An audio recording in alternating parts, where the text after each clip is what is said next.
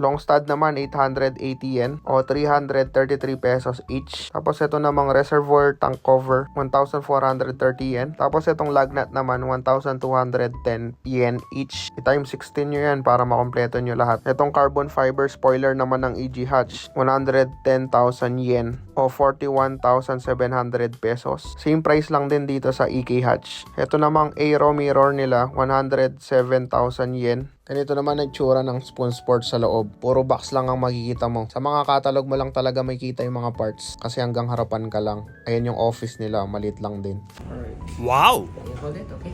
Wait for me.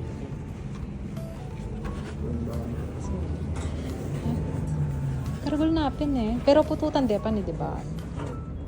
Ocean dyan eh. I only give you one because Yeah. oil price, oil. We need oil to produce more paper. No oil. It's enough. Enough already. Yeah.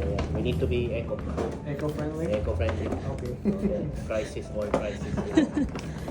Okay. Alright. Thank you. Thank you. Is your girlfriend? Yeah. No, it's my fiancé. Fiancé. Thank you.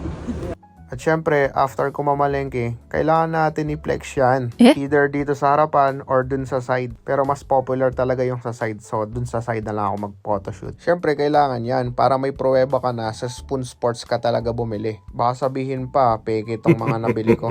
Buti na lang talaga, nakisama pa tong panahon. Di pa umuulan dyan, no? And after ng photoshoot, punta naman tayo ng Type 1 showroom. Ang ganda talaga ng paper bag ng Spoon Sports. Type 1 na malaki. So, dediretso lang tayo. Wala ka naman ikakaligaw dito. Lagpasan mo lang tong 7-Eleven tapos lipat ka na sa kabilang daan. Pero kahit hindi ka pa makarating na 7-Eleven or lumagpas ka pa sa 7-Eleven, pwede ka naman lumipat na kagad. It's up to you kung saan mas convenient para sa'yo. Tapos may nadaanan pa kaming mga electric bike. Gustong gusto ko na talagang bumili ng electric bike. Budget na lang talaga ang kulang. Mukhang matitibay itong mga e-bike na to. Panasonic pa ang brand. So yun na nga, nakalipat na kami tapos dire-diretso pa rin. Mag-ingat pala kayo sa mga pedestrian dito. Kahit malit lang yung daan, may traffic light din yan. Tingnan nyo. Pero may mga kanto dyan na maliliit lang na wala ding traffic light na pwede naman kayong tumawid agad. Ayan as of April 2026, ito ang presyo ng gasolina sa Japan. Baka may mag-comment na naman ng fake news dyan. Tapos yung iba hindi nakasakay sa joke. Ay.